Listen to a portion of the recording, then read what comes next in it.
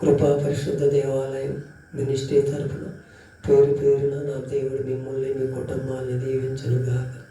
మీరందరూ ప్రార్థనాపూర్వకంగా ఉండి మీరందరూ దేవుని సన్నిధిలో ఎడగాలని మేము నిత్యము ప్రార్థన చేస్తున్నాం. మా ప్రార్థన ఆయన సన్నిధికి చేరునుగాక. ఈరోజు ఒక వాక్యాన్ని చూపించాలని ఆశపడుతున్నాం. బైబిల్ ఉన్నట్టే అందరూ చదవటానికి ఇష్టపడండి. కీర్తనాకారుడు రాసిన 33వ కీర్తన 11వ వచనాన్ని నేను చదువుతున్నాను. యెహోవా ఆలోచనలు సదాకాలము నిలుసును, ఆయన సంకల్పము తరతరాలము నుండును. నేనన్నా యెహోవా ఆలోచనలు సదాకాలం ఉంటాయంట. నీ ఆలోచన నా ఆలోచన ఎంతవరకు ఉంటుంది? మంచిగా మన ఆలోచన మంచిగా ఫలిస్తే నా అంత గొప్పవాడు లేడు, నా ఆలోచనే గొప్పది, నేను ఏది తలంపు చేసినా అదే జరుగుద్ది అని ఆలోచన చేస్తాం. ఆలోచన చేయటంలో తప్పేమీ కాదు. మన ఆలోచనలు మనకుంటే దేవుడు ఆలోచన మనకు ఉంటుంది. మనం ఏ ఆలోచన చేస్తామంటే భూ సంబంధమైన ఆలోచనలే మనం చేస్తాం.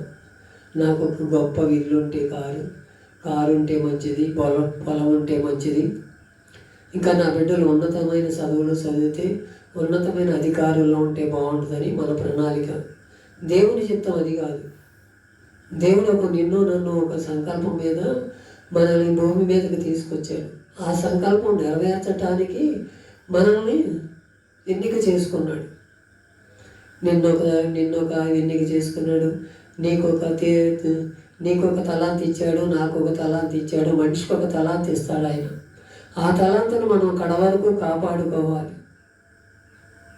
మనం ఇప్పటి వరకంటే కడవరికి సదాకాలం కాపాడుకోమంటున్నాడు ఆయన. నీకు ఇచ్చిన ఏ తలాంతి ఇచ్చినా సరే దాన్ని దాచిపెట్టుకోవద్దు.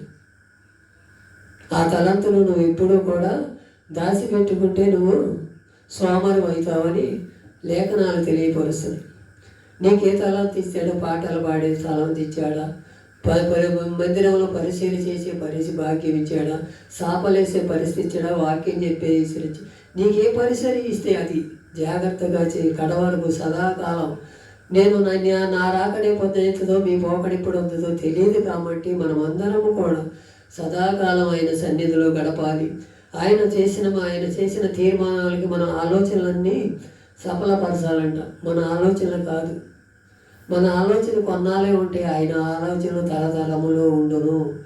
అందుకే కీర్తనాకారుడు అంటాడు, సదాకాలం నీ సన్నిధిలో నిలబడే యోగ్యత నాకు కలగజేయాలి, నిత్యము నిన్ను స్తుతించే యోగ్యత నాకు కలగజేయమని దావీదు భక్తుడు రాస్తాడు కీర్తనగా.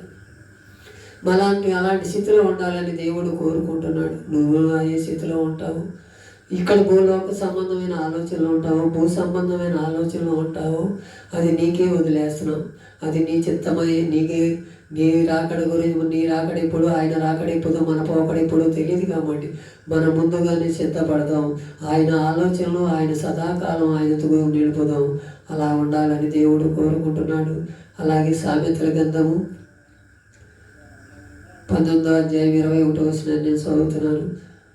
నరుని హృదయంలో ఆలోచనలు అనేకములుగా పుట్టును, యెహోవా యొక్క తీర్మానమే స్థిరంగా ఉంటుంది అంటున్నాడు.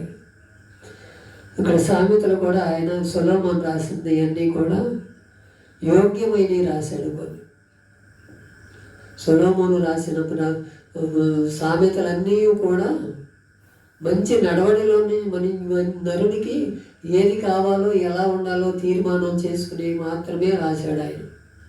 నువ్వు ఎలా ఉంటే బాగుంటావు, ఎలా ఉంటే చెడిపోతావు అనే దాని గురించి రాశాడు మనకి. నరుని హృదయం ఆలోచనలు ఉన్నట్టు అనేకముగా పుట్టును, యెహోవా యొక్క ఆలోచనే తీర్మానమే అదే స్థిరం అంటున్నాడు ఇక్కడ. ఆయన తీర్మానం ఏదైతే చేస్తాడో యెహోవా నీ పట్ల నా పట్ల తీర్మానం చేస్తాడు.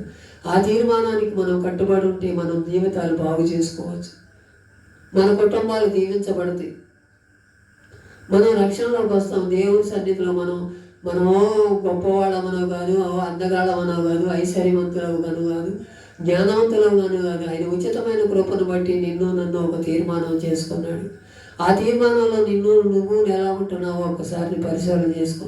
నన్ను ఆలోచన వ్యర్థం అంటున్నాడు. దేవుని మాటలు మనం చెడిచేవని పెట్టకూడదు. దేవుని ఆలోచనలోనే మనం నడుద్దాం. అలాంటి తీర్మానం చేసి ముందుకు సాగాలని దేవుడు కోరుకుంటున్నాడు. అలాగే విలాప వాక్యం 3:27 కూడా చదువుతున్నాను. 37 విలాప వాక్యం 3:37.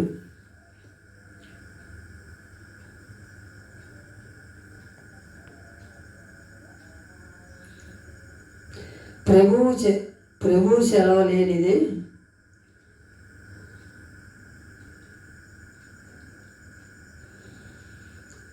మాట ఇచ్చి నెరవేర్చిన వాడు ఎవరంటున్నాడు ఇక్కడ. ప్రభు సెలవు ఇయ్యాలంట, ఏది చేయాలన్నా ఆయన సెలవు లేనిదే ఎవరూ కూడా నెరవేర్చలేదు. ఏదో పైకి అనుకుంటాం, నేను అది కట్టేసా ఇది కట్టేసిన. ఆయన నీ మీద నా మీద ఒక ప్రణాళిక ఉంచమంటే నువ్వైనా నేనైనా జీవిస్తున్నామంటే ఆయన కృప. ఆయన కృపలో మనం ఎలా ఉండాలి, మన ఆలోచన కాదు. దేవా నీ చిత్తం ఏంటో నాకు బయలుపరిచయ్యా. ఈ రాత్రికాల సమయంలో నాతో నువ్వు మాట్లాడుతున్న మాటలను బట్టి నరుని ఆలోచనలు వ్యర్థం అంటున్నావయ్యా. నరుని ఆలోచనలో మేము ఉండకుండా దేవుని ఆలోచనలో నడిచే కృపను మాకు దయచేయని ఎంతమంది అయితే తీర్మానం చేసుకున్నాడు నా దేవుడు వాళ్ళను ప్రభువు సెలవు లేనిదే మాట ఇచ్చి నెరవేర్చువాడు ఎవడు అంటున్నాడు. ఆయన సెలవు ఇస్తేనే తప్ప ఎవడైనా మాట ఇచ్చి నెరవేర్చగలడు. ఆయన మాట లేనిది మనం ఏది కూడా చేయలేము. ఆయన తెలుసుకోవాలి మనం. నేను నా చిత్తం కాదయ్యా, నీ చిత్తానికి లోపడుతున్నాను నేను ఒక తీర్మానం చేసుకొని ముందుకు సాగుదాం. అలాగే యెషయా గ్రంథం 14:27 ఒకసారి చదివి ప్రార్థన చేసుకుందాం అందరం కూడా.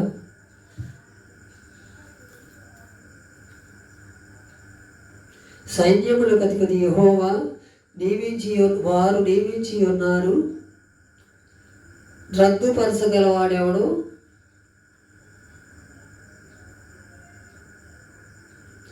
దాన్ని తప్పించగలవాడెవడు అంటున్నాడు. ఇక్కడ ఏమంటున్నాడు? సైన్యములకు అధిపతి యెహోవా వారు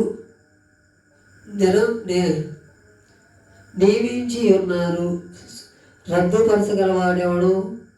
బాహుసాపిగా ఆయన దాన్ని తిప్పిరాయగలడు అంటున్నాడు. ఏది చేయగలవలసినైనా కూడా ఆయన వల్లే అవుద్ది, మన వల్ల ఏమీ కాదు. ఆయన బాహు సాపిన, ఆయన మన మీద ఆయన చెయ్యి సాపిన, ఆయన కుడి చేతి మన మీద నిలబెట్టినా మనం ఏది చేయాలనుకుంటే అది వ్యర్థం. దేవుని ప్రణాళిక లేనిది ఏది జరగదు. ఆయన నరుని ఆలోచనలు వ్యర్థం, దేవుని ఆలోచనలు గొప్పవని మనం తెలుసుకొని ముందుకు సాగి ఆయన కృపలో వర్ధిల్లుదుముగాక. ఈ మాటలు దేవుడి వెనుకటిలో దీవించి